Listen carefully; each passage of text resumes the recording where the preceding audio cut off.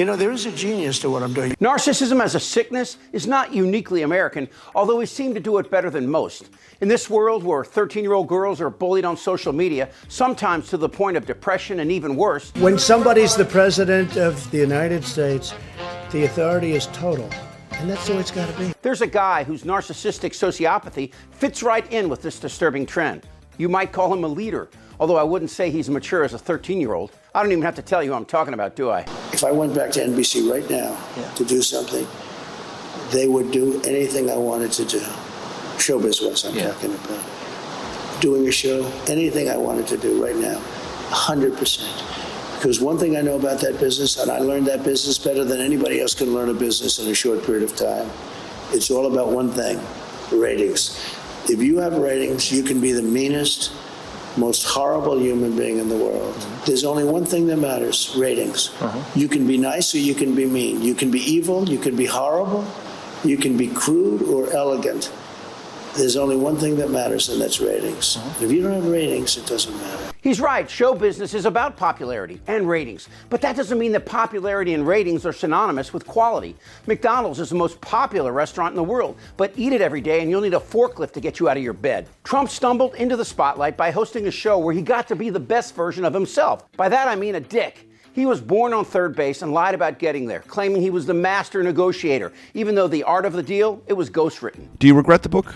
Greatest regret of my life, without question. I wish the book weren't even in print. And, you know, I've spent 2.5 years now after not speaking about the book for 30 years.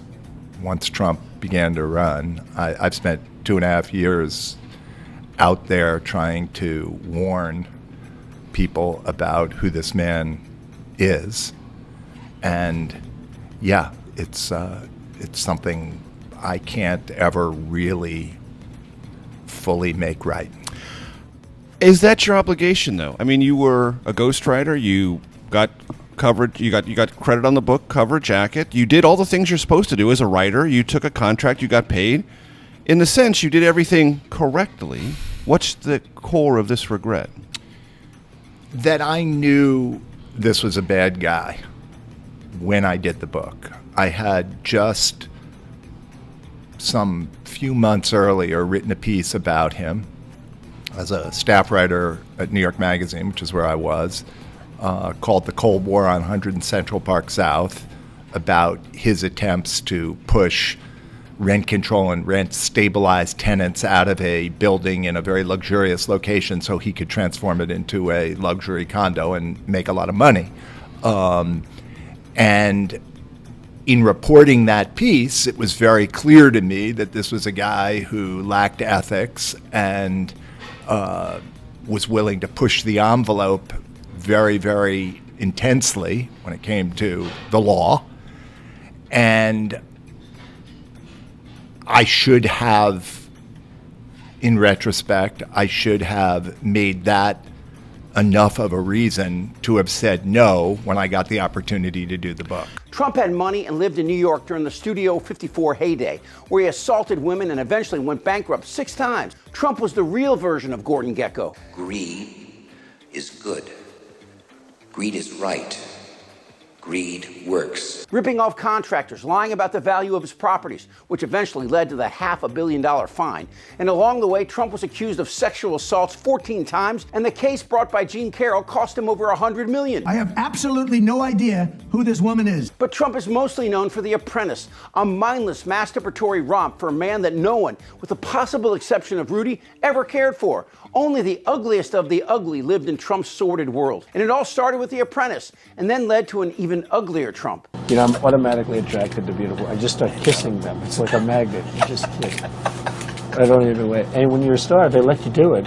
You can do anything. Whatever you want. Grab them by the pussy. And that Trump found an audience. It was the same people who slow down to see an accident. Strap in. All throughout the show's run, you kept thinking to yourself, this Trump guy must be a great actor because no one could be that big an asshole. Boy, were they wrong. Do you understand me? And I'm going to sue you if I have to. Do you understand me? Yes, I hung up. You didn't get disconnected. I hung up. Maybe you should be fired. What do you think about that? The Apprentice may have gotten Tiny Fingers a star on the Hollywood Walk of Fame, but it also revealed Trump's true weakness. But I am not unpopular. Trump lured Stormy Daniels into bed by promising her a shot on the show. That was step one. There was a solid almost a year where he called at least twice a week. And he had this uncanny knack of calling me whenever I was in the makeup chair on set. And I can tell you right now, at least 100 people overheard those phone calls because I put him on speakerphone. And he would talk about how he enjoyed our time together and like the sex was so good. And he called me Honey Bunch and I would have him on speakerphone. He might have even heard you were there, right? And that ultimately led to his conviction on 34 felony counts. Trump loves to pretend that he's a handsome, talented, leading man, but everyone within a fart's reach knows the truth. The Apprentice was a freak show, which made Trump a household name, like the Kardashians or stomach flu.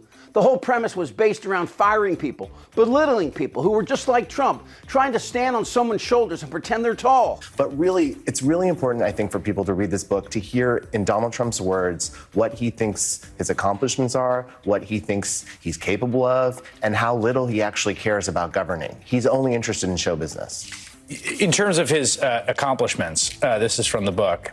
He's looking at a page from the Nielsen ratings published in a 2004 issue of Variety from the week after the airing of The Apprentice's first season finale. Let me just say, as a person who has some familiarity with Nielsen ratings, like, talk about ephemeral. Like, it doesn't matter. No one cared. Like, they don't matter the day after, okay? It's framed and bolted to the wall, something that seems to carry as much value to him as the U.S. Constitution, if not more. This sheet of paper comes from America where The Apprentice was, if only for a single week, the #1 show. This is my whole life, Trump says. And he said it with a straight face, and he meant it. And this is a former president of the United States looking back on Nielsen ratings from 20 years ago that he has framed not only his office in Trump Tower, but when I visited him in Mar-a-Lago, there's also a copy of the Nielsen ratings framed there. Ratings are what drives him. Audience is what is important to him. Why was he, how much of it was the production, how much of it was him? Because, again, people forget this. The reason that he had the ability, the most consequential TV show in American history, probably The Apprentice, the reason he had the ability to win that primary was because he was famous from TV. Like, why did it work? It worked because he was funny on TV, and he would say crazy things and he'd be rewarded. Because on reality TV, the more outrageous you are, the better you do. And the American public like that. He is playing, Donald Trump is a character on a reality show, and we cannot look at him like a normal politician. This explains a lot. Trump tapped into the American shortcut, the sense that hard work and sweat are for losers. Trump attracted people who believe that someone else's success, especially when it's a woman or a minority, is an affront to their Calvinistic reward. I'm white, I'm Christian, so where's mine? And if Trump has a talent, it's the grift. He has conned people his whole life with lies and promises he never intended to keep. President of Mexico, Vicente Fox, he said today, and I'm quoting him, he said, "I'm not going to pay for that, quote, effing wall." It was Trump's Apprentice that paved the way for 2016 and this 8-year coarsening of the American spirit and American values, and revealed to the world how thin the veneer of greatness was here in America. Scratch the surface and you get this. If you don't like our religion, then we don't want you in our country. Trump's greatest fear is not prison, but relevance. He needs these crowds, red state, average men and women who either haven't researched his cruel and debaucherous past or have and want to celebrate it. These people are the manifestation of America's hubris, that we're the greatest nation in the world, when we clearly are not. From our failing healthcare system, to the rate of incarceration, to the 350 million guns which kill tens of thousands annually. America is that car where the engine starts knocking, but instead of lifting up the hood, we turn up the radio. Like the guy said, Trump loves to talk ratings, how popular he is, how much he is loved, what his people would do for him. Where I could stand in the middle of Fifth Avenue and shoot somebody and I wouldn't lose any voters, okay? Trump is that 13-year-old girl on Instagram, bullying others to tears because it makes him hard. He has spent his life with the likes of the world's most evil, Roy Cohn, Vladimir Putin, MBS, and Jeffrey Epstein. And he doesn't care what you care as long as they care. And apparently, they don't.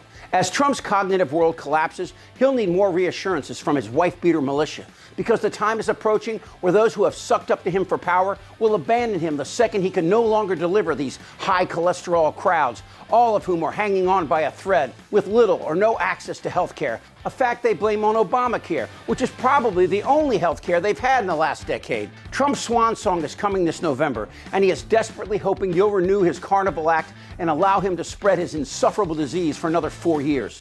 And you might just do that, or you might do this. Shut the up, Donnie. Who's with me? This isn't their Republican Party anymore. Am I wrong? Yeah, right. You're in a lot of trouble, Donnie. think he's crazy. I'm Chip Franklin.